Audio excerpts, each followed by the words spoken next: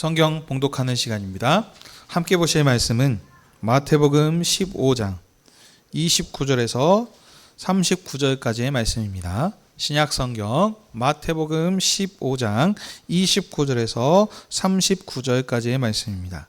우리 다 함께 29절에서 31절까지 한 목소리로 합독하도록 하겠습니다. 29절입니다. 시작.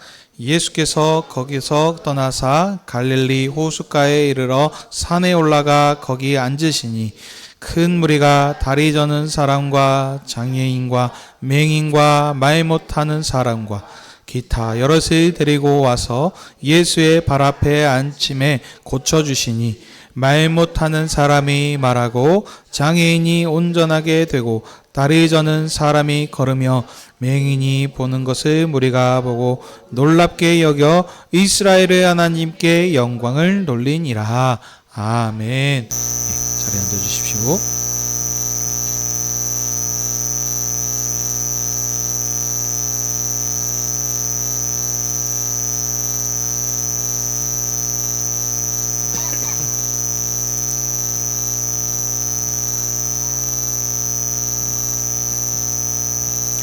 기도하겠습니다. 하나님 아버지, 한 주간도 주님께서 우리를 지키시고 오늘도 주의 백성들을 하나님 앞으로 부르셔서 생명의 양식인 주님의 말씀을 듣게 하시니 감사드립니다. 말씀을 선포하도록 세우신 저에게 성령의 권능으로 붙들어 주시사 오직 만왕의 왕이신 하나님의 말씀만 가감없이 선포하게 하옵소서.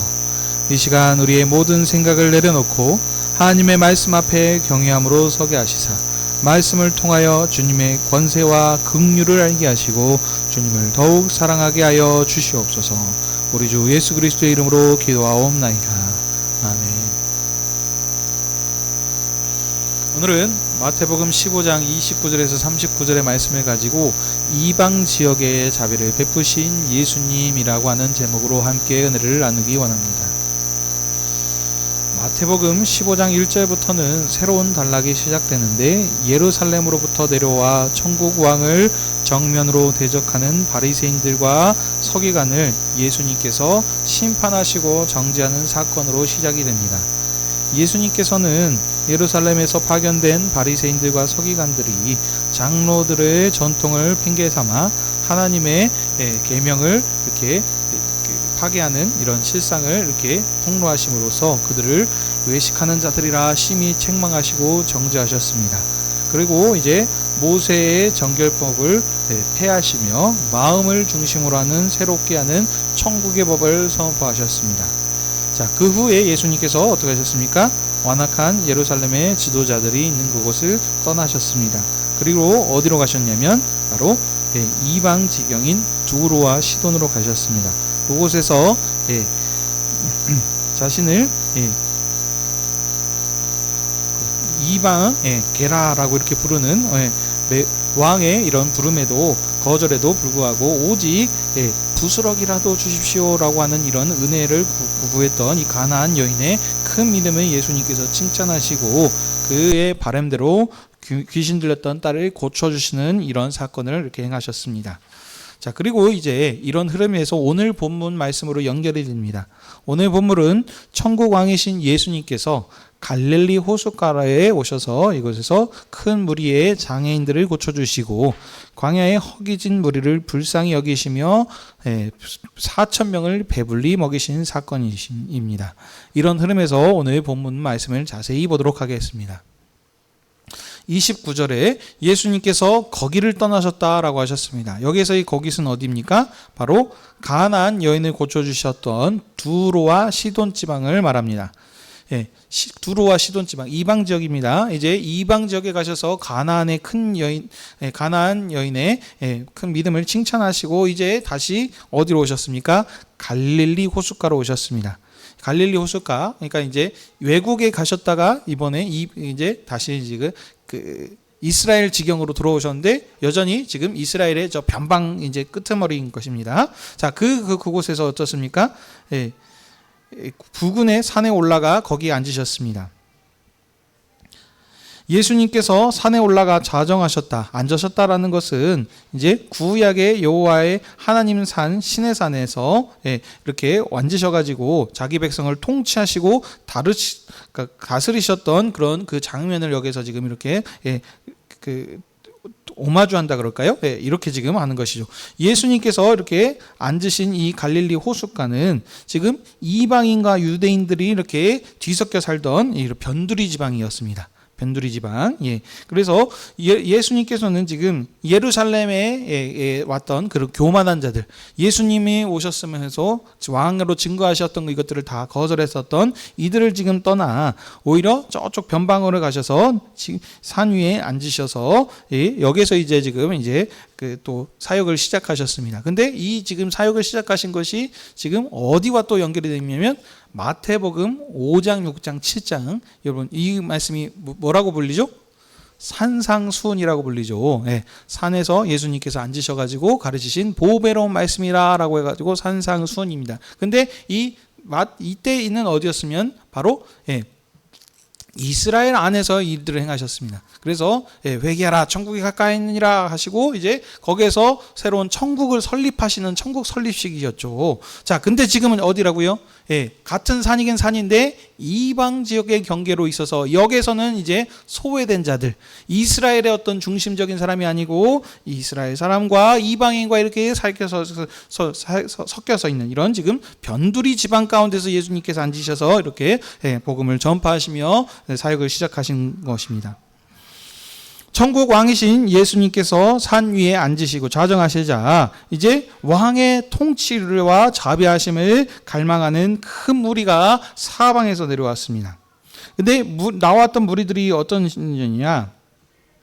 자신들이 살고 있던 동네에서 온갖 그런 병든 사람들, 장애가 있고 또 보지 못하고 하는 이런 모든 사람들을 지금 예수님 앞으로 지금 데리고 왔습니다. 보면은 말 못하는 벙어리, 다리 저는 사람, 앞을 보지 못하는 소경, 온갖 불치병에 걸렸던 여러 사람들을 지금 다 지금 예수님 앞으로 지금 데리고 온 것입니다. 왜 그랬겠습니까? 지금 예수님께서 돌아다니시면서 행하셨던 일들이 무엇이었습니까? 연약함을 보시고 그 연약함을 친히 다 감당하시고 고쳐주셨던 그 사역을 하신 상황이지 아닙니까? 지금 헤롯이 자신을 죽이려고 하는 이런 지금 피난길 가운데서도 자신에게 나온 자들을 그냥 지나치지 못하시고 그들을 다 고쳐주셨던 이 예수님의 자비하심, 이 사건들을 지금 소문이 다 났을 겁니다. 당연히 그래서 예수님께서 가셨던 이 이방 지역까지 자기 동네에 있었던 사람들을 다 데리고 지금 왕 앞에 지금 내온 것입니다. 자, 그리고 여기서도 그래서 예수님께서는 당연히 어떻게 하시겠습니까? 이런 지금 연약한 자들을 단 한 명도 거절하지 않으시고 하나님 아들의 권세로 그들을 다 고쳐주셨습니다. 그들의 막혔던 귀를 뚫어주시고 굳은 혀를 풀어주셨으며 보지 못하는 자를 보게 하시고 다리 뒤틀린 것을 이렇게 돌려놓으시고 그래서 그를 걷게 하시는 이런 일들을 지금 행하신 것입니다. 자, 그러면 여러분 예수님께서 이런 일들을 행하신 것을 어떻게 우리가 봐야 되는 거예요? 이런 지금 치유하시고 고쳐주신 것은 단순하게 그냥 미라클, 기적이구나 라고 하시는 것이 아닙니다. 예수님께서는 하나님의 아들이십니다. 그래서 전권을 가지신 천국 왕으로서 못하실 전지전능이라 그러죠. 못하실 일이 없으시고 다 행하실 수 있습니다. 그래서 꼭 고치는 것 말고도 우리들이 생각했을 때 제가 여러 번 말씀드리죠. 하늘을 난다든지 바다 위를 걸으시는 것들도 있을 것이고 이렇게 힘 권세를 나타내셔가지고 막 이렇게 하는 엄청난 우리가 생각했을 때 우리 보면 다양한 초능력 영화들 보지 않습니까? 이런 다양한 일들을 행하실 수 있는데 왜 그런 많은 능치 못함이 없으신 예수님께서 그런 많은 그런 일들 중에서 이런 연약한 자들을 고치시는 이 일들을 행하셨는지를 항상 보셔야 된다는 겁니다. 그렇죠? 그러면 왜 그런가? 항상 성경은 뭡니까? 언약의 책, 약속의 책이라고 합니다. 그래서 예수님께서 하신 일은 단순한 일이 아니고 내가 약속된 메시아다라고 하는 것을 지금 보여주는 증거로서 일을 행하신 것입니다. 그래서 이 마태복음, 마태 사도께서 이것을 말씀하시는데 이것은 구약 성경 이사야 35장 5절 6절에 지금 이 예언이 예수님께서를 통해서 이것을 성취하시는 메시아다라고 하는 것을 지금 그들에게 보여주시는 증거로서 이것을 지금 이렇게 기록하고 있는 겁니다. 자, 그러면 이사야 53장의 예언은 무엇이냐면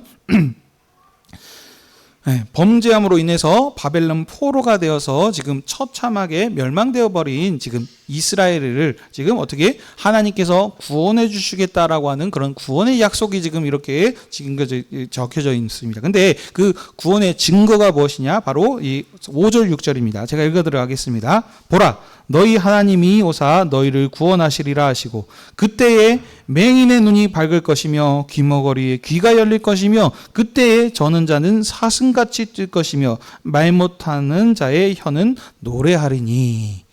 아멘. 예. 예수님께서 수많은 다양한 어떤 기적들을 행하실 수 있는 전지전능하신 분이시라고 했습니다. 근데도 불구하고 왜 이런 일을 행하셨다고요? 바로 내가 약속된 메시아다라는 것을 지금 보여주시기 위한 거예요. 이사야 선지자가 지금 얘기하지 않았습니까?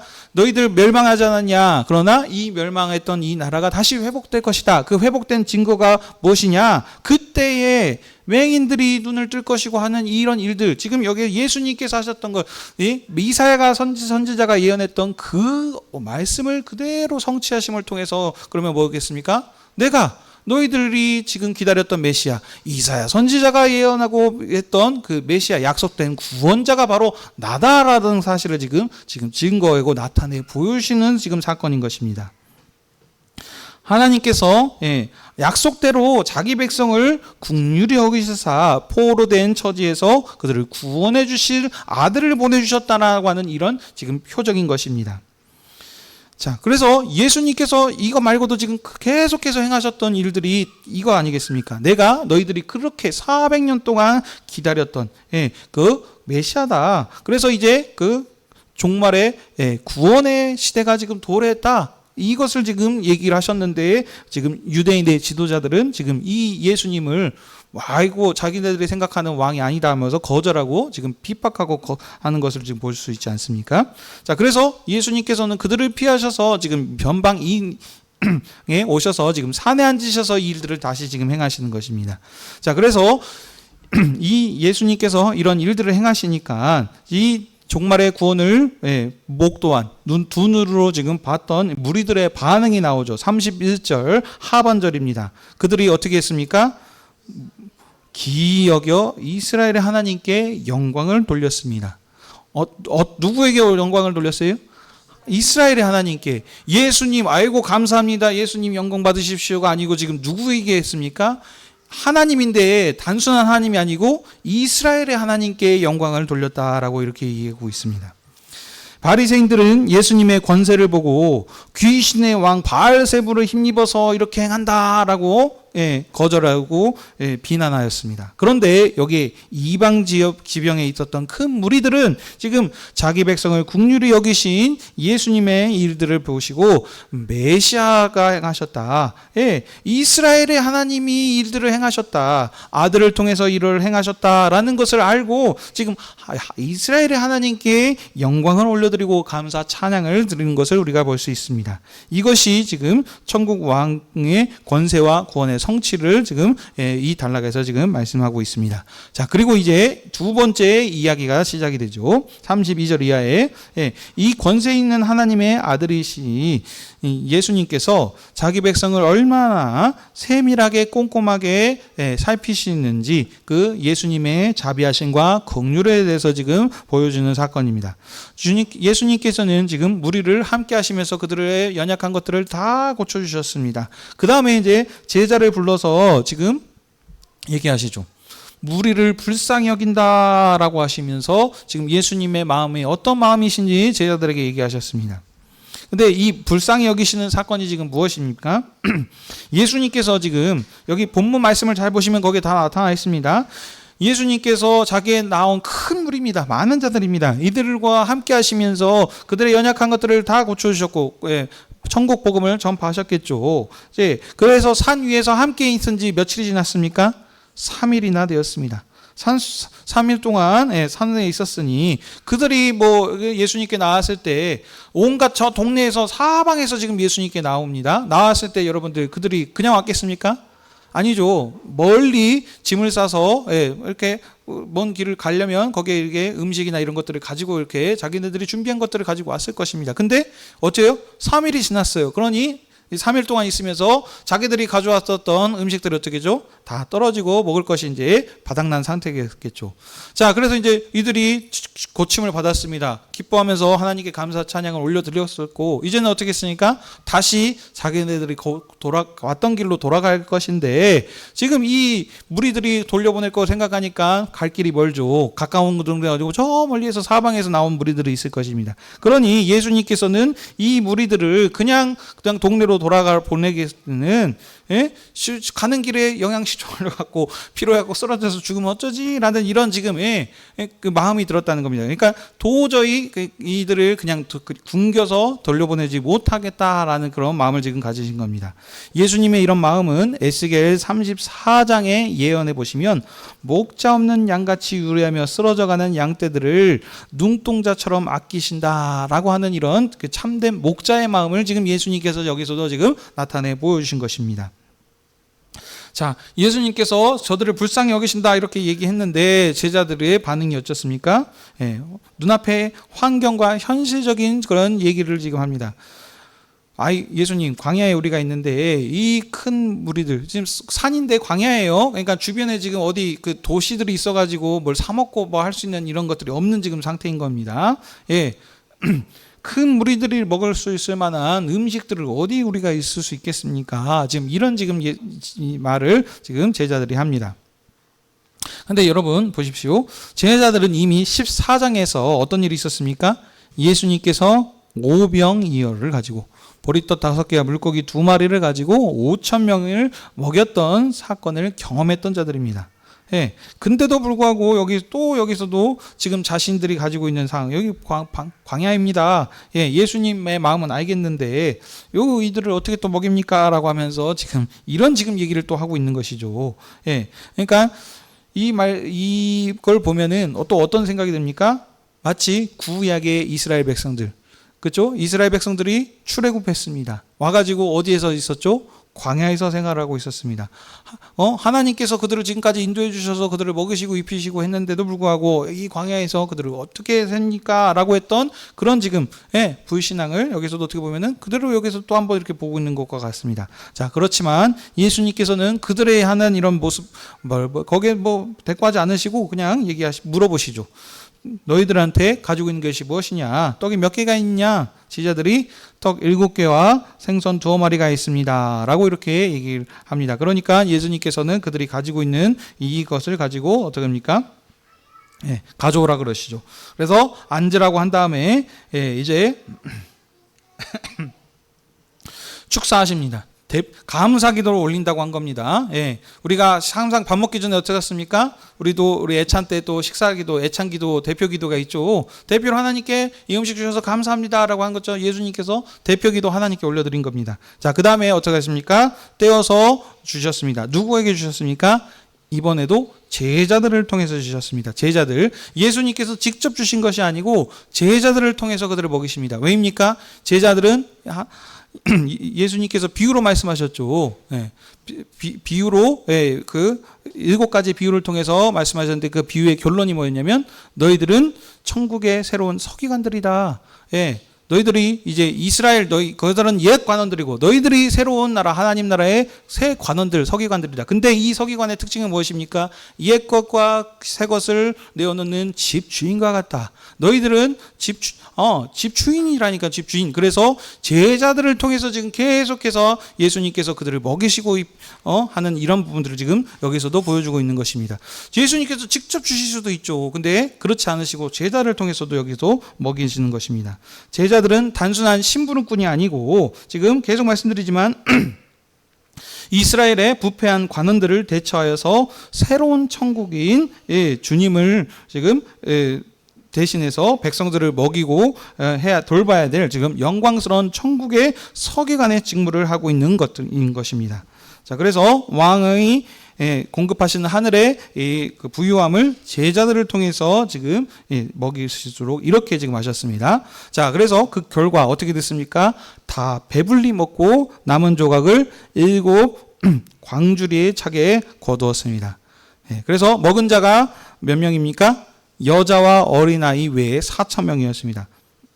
이것도 이제 여러분들이 보셔야 되겠지만 사복음서 공간복음이라고 하죠. 여기에서 예수님께서 먹이셨던 일들을 기록하는데 거기에서는 남자만 4,000명이었다라고 합니다. 똑같은 말이에요. 여자와 어린아이 외에, 이 말이 곧 남자인데 여기서는 계속해서 말하는 게 연약한 자들을 항상 이렇게 얘기를 합니다. 그래서 여자와 어린아이 외에 4,000명이 먹었다. 자, 근데 다 배불리 먹고 남은 조각이 여기는 7 광주리라라고 이렇게 얘기하고 있습니다. 예수님께서는 그들을 먹이실 때에 단순하게 먹이시지 않고 배불리 먹도록, 배불리 먹고 남길 수 있도록 그들을 풍성하게 먹여주셨고요. 여기에서 먼저 먹인 사람의 이 숫자들 7이라고 하는 것, 7 광주리를 얘기하고 4,000명을 얘기하고 있는데, 이 4,000명은 글쎄요, 5,000명, 그때 오병이어의 사건에서는 7 몇 개를 거두었다 그랬죠? 12 바구니를 거뒀다고 하고, 여기서는 7 광주리라고 이렇게 다르게 표현을 하고 있습니다. 그러니까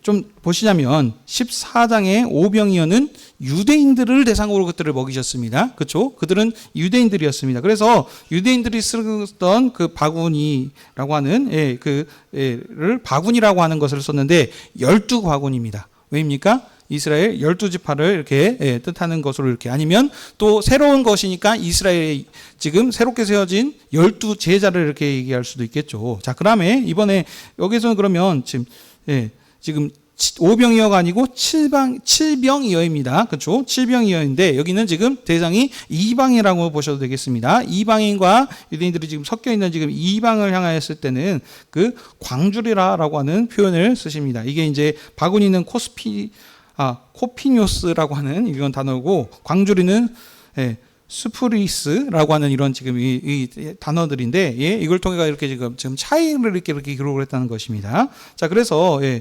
이건 확실치 않습니다. 그렇지만 7이라고 하는 숫자는 봤을 때 가나안의 7 족속을 이렇게 뜻하는 것이지 않겠냐. 즉 12 바구니 이스라엘의 12지파를 뜻한다면 이 7이라고 하는 숫자는 가나안, 왜냐하면 이방인을 대상으로 했기 때문에, 그래서 이렇게 이것을 뜻하지 않겠느냐. 근데 핵심은 무엇인가? 다 배불리 먹였다는 겁니다. 그래서 이 넉넉하게 먹이셨다라는 것이 이게 지금 강조인 것입니다. 그래서 마태복음은 지금 연약한 자들과 함께 하셔서 그들을 다 배불하게 먹이신 예수님의 지금 긍휼을 지금 강조하고 있습니다. 자, 그리고 이제 마지막 39절이죠. 이것을 다 하신 천국 왕께서는 배불리 먹인 무리들을 평안히 이제 그들을 이제 흩어 보내시고 자신은 마가단, 이 지경으로 이렇게 이동하시는 것을 우리가 볼 수 있습니다. 이것은 이제 예수님께서 사역지를 옮기셔서 계속해서 천국 복음을 전파하시는, 이거 나아가는 것을 이렇게 볼 수 있겠죠. 자, 말씀을 맺도록 하겠습니다. 사랑하는 성도 여러분, 오늘 이 말씀 어려운 얘기 아닙니다. 7병이어 사건이고 그 전에 예수님께서 수많은 사람들을 지금 치료해 주신 사건인데, 갈릴리 호숫가 근처에서 온전한 이 치유의 사역을 하시고 풍성하게 7병이어로 그들을 먹이신 이 두 사건은 지금 통해서 뭘 말을 하시는 거냐. 주님께서 모신 첫 번째 사건은 예수님께서 단순한 분이 아니시고 계속해서 마태복음에서 강조하는 것, 예수님은 누구시다? 약속된 메시아시다, 하나님의 아들이시다, 권세 있는 천국 왕이시다라는 것을 지금 보여주시는 것입니다. 그 다음에 이것과 함께 또 보여주시는 것이 뭐냐면 바로 이 자신에게 나온 연약한 자들을 한 명도 다 내버려두지 않으시고 그들을 친히 다 치유해 주시고, 그리고 치료한 것뿐만이 아니고 그들을 돌려보내실 때에 아이고 쟤들 가다가 쓰러지면 어떡하지? 라고 해서 그들을 긍휼히 여기시고 배부르게 먹이시는 이 자비하심과 긍휼 긍휼하심을 보여주는 지금 은혜의 사건인 겁니다. 자, 근데 이 사건을 하실 때에 지금 흐름을 여러분들이 보셔야 된다 그래서 문맥을 통해서 지금 예수님께서 이 말씀들을 하실 때 지금 마태복음에서 쭉 진행되는 방향은 뭐냐면 지금 제자들과 함께 하시면서 제자들을 파송하셨습니다. 그렇죠? 그래서 권세를 주셔서 너희들 추수꾼이 추수할 것은 많은데 추수할 사람이 부족하다라고 하면서 그들을 파송하셨고, 그리고 그들과 함께 하심을 통해서 계속해서 그들에게 집중하십니다. 그래서 너희들 천국의 서기관이다, 새로운 서기관, 그리고 집주인과 같다라고 하시면서 지금 제자들과 함께 하시면서 제자들을 양성하시고 훈육하시고 교육하시는 지금 이런 기간입니다. 자, 그래서 이런 지금 흐름 가운데서 그렇다면 오늘 본문을 통해서 우리가 뭘 말씀하시는 것을 보자면, 지금 예수님께서 지금 각종 병자들을 고쳐주신 지금 것들, 배불르게 먹이신 것들, 이것이 참 너무나도 참 감사하고 특별한 것입니다. 그렇죠. 그래서 이걸 통해서 예수님께서 자신이 약속된 메시아이심을 지금 확실하게 보여주신 사건입니다. 그런데 지금 우리한테 이것을 지금 적용을 해야 됩니다. 그렇죠? 이것을 그래서 그들을 지금 했던 이 예수님께서 자신이 보여주신 이 사역을 통해서 이 무리들의 반응이 어땠습니까? 이스라엘의 하나님께 영광을 올려드렸습니다. 감사 찬양을 했습니다. 여기 그래서 그들은 적용들을 지금 그들이 될 것입니다. 근데 지금 우리는 지금 어떤 시대를 살고 있습니까?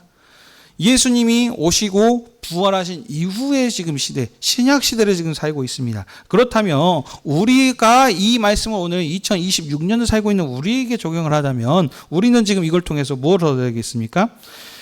이 예수님께서 그들을 배불리 먹이셨구나, 그 자비하심과 긍휼하심, 약속된 메시아이심을 우리도 확실하게 알아야 됩니다. 그러나 여기에서 우리는 멈춰야 되는 것이 아니고 주님께서 행하신 사역의 연장선상, 우리는 부활의 사건 이후에 지금 시대를 살고 있지 않습니까? 지금 이때 당시 예수님께 나왔던 자들, 이들 얼마나 지금 힘들고 고난 가운데 있겠습니까? 병들어서 못 보고 살고, 너무나도 이때 당시 구약에 살고 있는 사람들, 부정한 자들로 해서 하나님 앞에 나올 수도 없는 사람들, 이런 자들인데 예수님께서 그들을 불쌍히 여기시고 고치신 것, 얼마나 감사하고 참 은혜가 있습니까? 배불르게 먹였다는 것, 이것도 너무나도 참 감사한 일이겠죠. 그러나 어쩌습니까? 그 병자들을 고쳐주신 그 것들은 일시적인 것입니다. 그들이 먹었던 것은 한 끼 배부르게 먹은 것입니다. 그러나 어쩌습니까? 시간이 지나면 어쩌죠? 다시 배가 고픕니다. 육신적인 어떤 질병들을 통해서 고침을 받았을지라도 결국 나이가 들면 어떻습니까? 병들어서 죽고 끝났습니다. 죽음의 문제가 해결이 된 것이 아닙니다. 그러나 우리가 지금 살고 있는 이 시기는 지금 우리는 지금 예수님의 부활 이후에 지금 살고 있는 살고 있지 않습니까? 지금 예수님께서 여기서 보여주셨던 이 사건은 장차 올 하나님의 나라의 지금 그림자적인 표적이라는 것입니다. 그림자적인. 단순하게 예수님께서 오셔서 우리의 긍휼하심을 보여주시고 하시지만 여전히 그들은 먹었지만 다 죽습니다. 이스라엘에 살고 있었던 이 백성들을 보십시오. 구약에 그들 광야에서 40년 동안 함께 하시면서 만나와 메추라기로 그를 먹이셨지만 어쩌습니까? 결국에는 다 죽었습니다. 그런데 지금 이제 자비하신 예수 그리스도께서는 지금 우리 자기 백성의 육신적인 질병, 함께 배부름 정도를 굶주림을 지금 해결해 주시는 것이 아니고 우리의 온전한 있지 않습니까? 뭡니까? 바로 죄와 사망의 권살에 매여 있던 것, 이것을 해결해 주시고 오신 분이심을 지금 얘기하는 것입니다. 마태복음 첫 번째 장에서도 얘기하지 않습니까? 예수의 뜻이 무엇입니까? 자기 백성을 죄에서 구원할 자이시다. 이 일을 하시기 위해서 지금 예수님께서 오신 겁니다. 단순하게 우리에게 그냥 그 배고픔을 해결해 주시고 병든 거 고쳐 주신 거 너무나도 감사한 일이죠. 그런데 일시적인 사건이라는 겁니다. 그림자적인 사건이에요. 그것보다도 더 중요한 핵심은 무엇이냐? 죄에서 해방시킴을 통해서 우리의 집 가운데 있었던 그런 메인 문제들, 죄에서 우리를 해방시켜주고 구원해주셔서 이제 하늘과 아들의 권세로 살 수 있도록 그런 하나님의 자녀로 삼아주시는 이것, 한 끼의 배부름이 아니고 만왕의 왕이신 자기 생명을 주심을 통하여서 주님이 주시는 피와 살을 먹음을 통하여서 영원한 생명으로 나를 믿는 자는 살아서 믿는 자는 영원히 죽지 아니하리라 하고 하는 이 참된 생명의 양식, 영원한 생명을 우리에게 주시는 이 사실을 우리에게 지금 보여주시는 것입니다. 사랑하는 성도 여러분, 십자가의 사건을 이후에 살고 있는 우리는 단순하게 그냥 이 병 치료해 주시고 배고픔 해결해 주신 거 아이고 하나님 감사합니다 라는 정도의 수준으로 만족하는 것이 아니고, 우리가 지금 앉아서 먹고 있는 이 자리가 어떤 자리인지, 주님께서 베풀어 주신 상, 단순한 그냥 포도주와 우리 이 빵이 아닙니다. 예, 이 빵이라고 하는 표현이 아니고 우리는 이게 일용한 생명의 양식, 조금 더 우리 그 표현을 살리자면은 밥이라고 표현하는 게 맞습니다. 밥, 양식이에요. 이게 없으면 우리 밥을 안 먹으면 어떻게 됩니까? 우리는 살 수가 없습니다. 이와 같은 것입니다. 생명의 양식인, 근데 단 것이 아니고 영원한 삶을 주시는 이 삶을 우리에게 지금 허락해 주시는 자리라는 사실입니다.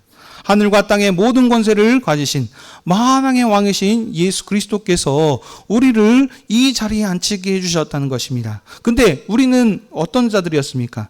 오늘 우리는 조상 대대로 귀신을 섬기면서 우상 아래 절하면서 종로를 타며 매여 있었던 자들, 이런 자들입니다. 지금 우리 지난 시간에 살폈던 것처럼 우리 가나안 여인과 같이 우리는 언약 밖에 있어서 마치 개 취급하면서 살았던 자, 아무런 소망이 없었던 자들입니다.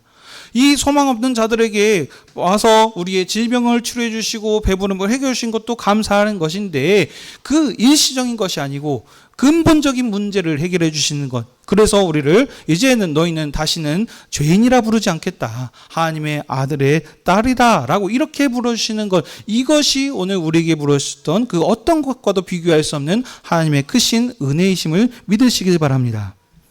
이 자비하심을 우리에게 베풀어 주셔서 오늘 우리는 죄인으로서 하나님과 관계없이 살아야 되는데, 이제 우리를 하나님의 아빠 아버지라 부를 수 있는 이런 존귀한 권세 있는 하나님의 자녀들이 됐다는 것입니다. 그러면 우리들을 통해서 이 말씀을 지금 이 자리는 이 왕의 자리에서 우리 천사들도 지금 흠모하는 자리, 그들도 지금 하나님의 왕의 자리에 앉아서 겸상하지 못하는 자리라는 것입니다. 그런데 우리는 이 주님의 자리에 앉아서 주님이 주시는 피와 살을 먹고 마실 수 있도록 이렇게 은혜를 베풀어 주지 않았습니까?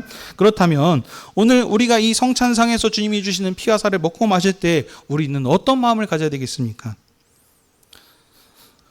우리 이 살을 먹고 마신다 그래서 우리들이 생각해야 되겠죠. 목사님, 이거 먹었는데 아직도 머리 마음이 아픈데요, 다리가 아픈데요, 해결되지 않은 것 같은데요, 지금 아이고 비만 오면은 몸이 쑤시고 또 어디가 아프고, 뭐 이렇습니다 라는 이것으로 만족하는 것이 아니라고 말씀드렸습니다. 그것이 해결됐더라도 이 주님의 살과 피를 먹는 이 생명의 양식을 먹지 않으면 주님과 관계없는 자들입니다. 그러나 이 먹을 동물을 통하여서 우리를 참된 생명의 양식으로 공급해 주시는 이것을 우리를 먼저 깨달으시길 바랍니다. 두 번째는 우리를 이렇게 아끼시고 생명을 주시는 주님께서 우리의 연약하고 힘들고 어려운 부분들을 주님께서 모르시겠습니까? 살다 보면 힘들고 어려운 일들이 있습니다. 여기 보시다시피 병들어서 힘들어서 보지 못하고 듣지 못하는 자들 다 주님 앞에 나왔습니다. 근데 주님께서 이들을 한 명도 그냥 돌아보지 않으시고 연약한 것들을 다 치료해 주시지 않겠습니까? 사랑하는 성도 여러분, 우리를 위해서 독생하신 아들을 내주시기까지 사랑하신 하나님이십니다. 사랑하는 아들아, 사랑하는 딸아, 내가 네 어려움을 다 안다. 주님께서 말씀하십니다. 왜 우리의 머리털 하나까지 세시고 불꽃 같은 눈동자로 우리를 지키시고 보호하시는 주님께서 우리의 질병이 있고 힘들고 어려운 부분을 모르시겠습니까? 다 아십니다. 그런데 이 질병으로 인하여서 이것으로 주님께서 왜 이런 시험을 주셨을까라고 해서 우리가 낙심하고 넘어질 것이 아니고, 그럼에도 불구하고 주님께서 이것을 해결해 줄 수 있도록 믿음으로 우리가 나아갔을 때 이것을 해결해 주시고 우리를 내버려 주지 않으시고 끝까지 사랑하셔서 다시 일어설 수 있도록 새 힘과 능력을 공급해 주실 분을 확실하게 믿으시길 바랍니다. 주님께서 우리에게 약속하셨습니다. 온전히 신뢰하고 믿음으로 나아간 자는 세상 끝날까지 내가 너희와 함께 할 것이다 라고 하는 이 언약의 말씀이 우리 교회 가운데, 우리 가운데 함께 있다는 사실입니다. 그러므로 두려워하지 마십시오. 무슨 일을 만나든지 낙심하지 마시고, 무엇을 먹을까 입을까 이것으로 걱정하지 마시고 담대하게 나아가서 그리스도의 증인으로 사십시오. 오늘 우리가 받은 이것을 가지고 세상에 나아가서 단순히 우리만 먹고 마시는 것으로 만족할 것이 아니고 이 영광스러운 상에 앉는다는 것이 얼마나 중요합니다. 그런데 주님, 세상 사람들은 이것을 모릅니다. 여전히 먹고 사는 문제에 치여서 이것을 해결해서 어떻게 살아야 될까? 아이고, 거기 나가면 무슨 돈이 나옵니까? 뭐합니까? 하면서 이 왕의 자리에 앉는다는 것, 이 죽음의 권세를 이기는 생명의 참된 소망으로 살게 하신다는 이것을 값어치를 모릅니다. 그러면 어떻게 되겠습니까? 우리가 주님의 사랑과 권세를 받은 자들로서 세상에 나가셔서 왜 가진 것이 없는 것 같은데, 아무것도 없는 것 같은데 저 사람은 왜 저렇게 당당하게 권세 있고 그래서 베풀면서 살아가지? 뭘 나한테 원하는 것이 있는가? 아무런 것이 원하는 것이었으니까. 왜입니까? 우리가 주님의 사랑을 받은 자들로서 삶 가운데서 이것을 구원하신 은혜를 우리도 거저 베풀어 주는 것입니다. 그랬을 때 세상이 우리를 통하여서 살아계신 예수 그리스도 아들을 볼 것이며 예수님의 사랑을 보고 저들도 이 상에 앉게 될 날이 올 것입니다. 이 주님을 샘의 자리에서 증거하면서 사는 충성된 증인들로 사시는 저와 여러분이 되시길 주님의 이름으로 축복합니다. 기도하겠습니다. 사랑과 은혜가 풍성하신 하나님 아버지, 오늘도 교회를 주님의 상으로 부르셔서 주님의 말씀으로 우리의 영과 육을 먹이시고 깨닫게 하시니 감사드립니다. 오늘 말씀을 통하여서 예루살렘의 완악함을 떠나 이방에 소외된 산 위에 자정하사 연약한 자들을 다 고쳐주시고 굶주린 무리를 풍성히 먹이신 주님의 긍휼과 사랑을 보게 하시니 감사드립니다. 주님, 우리는 원래 우상과 귀신의 종으로 죄와 사망의 그늘 아래서 죽어가던 소망 없는 이방인이었습니다. 그런데 주님께서 주님의 무궁하신 자비하심으로 우리를 먼저 찾아와 주시사 하느님을 아빠 아버지로 부르는 존귀한 자녀 삼아 주셨으니 참으로 감사드립니다. 이제 우리는 그리스도의 십자가 부활 이후를 살고 있습니다. 그래서 우리는 한 끼의 배부름이 아니라 천사도 음모하는 영광스러운 주님의 상에서 주님의 살과 피를 먹고 마시는 영원한 생명을 우리 가운데 주셨습니다. 그러므로 우리가 먹고 마시는 모든 삶에서 주를 위하여서 주님과 한 몸, 한 영으로 살게 해 주시옵소서. 우리가 먹고 마시는 것으로 만족할 것이 아니라 세상의 모든 사람을, 특별히 주변에 우리의 사랑하는 가족과 이웃에게 주님의 상에서 함께 먹고 마실 수 있도록 주님의 사랑을 힘있게 증거하는 백성들이 다 되게 해 주시옵소서. 우리 주 예수 그리스도의 이름으로 기도하옵나이다. 아멘.